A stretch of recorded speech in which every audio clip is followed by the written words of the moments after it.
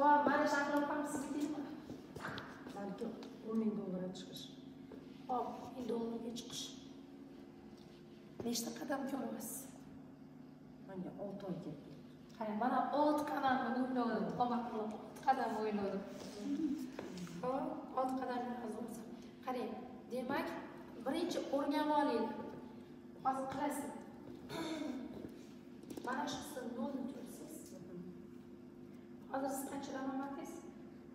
Hozir qizim bilan qo'shsam 3,000 da turibsiz. Endi qancha chiqyapsiz? 10,000. 10,000. Bo'ldi, 3,000 dan 10,000 ga chiqamiz. Sizlar ham mana shu yerda shoxlabam o'rniga bu manman deb olsanglar xayolan, sizlarga ham o'xshab ketadi. Lekin bu degan sizlar qilmaysizlar degani emas. Qo'shimcha. Siz $10,000 ga borish uchun nima qilishim kerak deb bilasiz?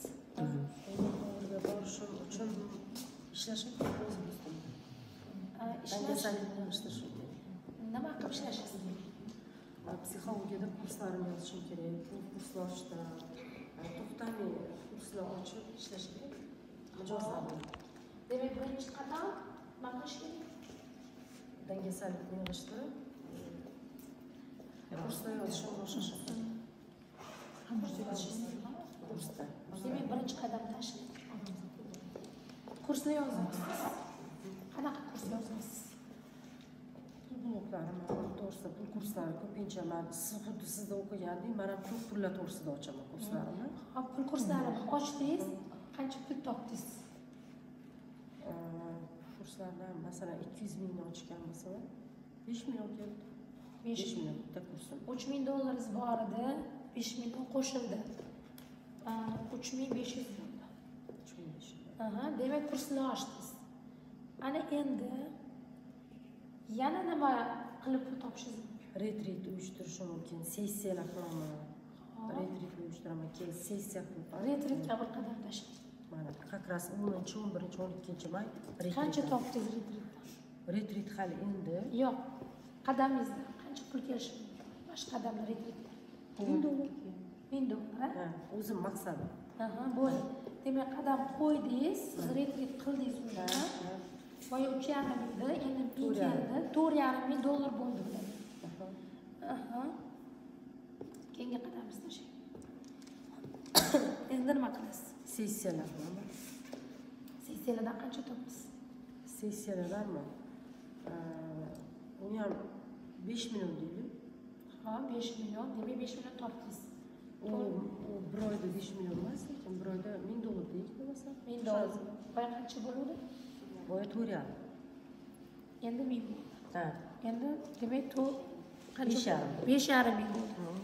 Endi keyingi qadamni nima qilasiz? Qadamda nima qilsam ekan?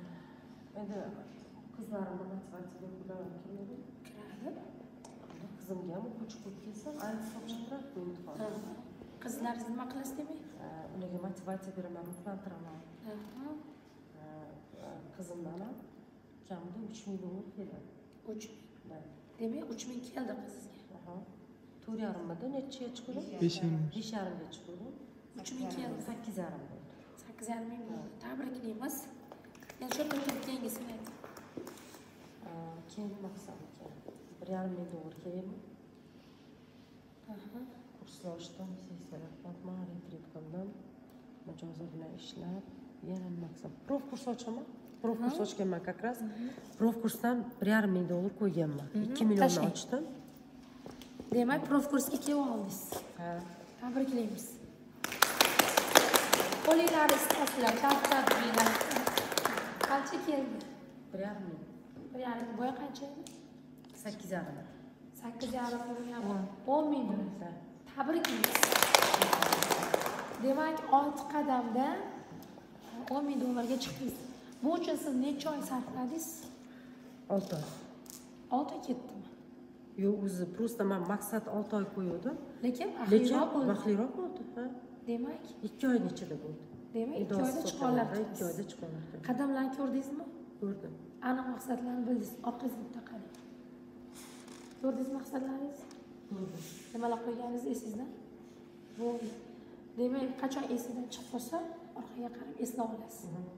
langarlarga dikdi. Ko'rdingiz, esladingiz, xohlasangiz yozib qo'ying. Yozib qo'ying. Aynan qaysi qadamlarligini bo'ldi 10 mingga chiqasiz. Rahmat. Tabriklaymiz.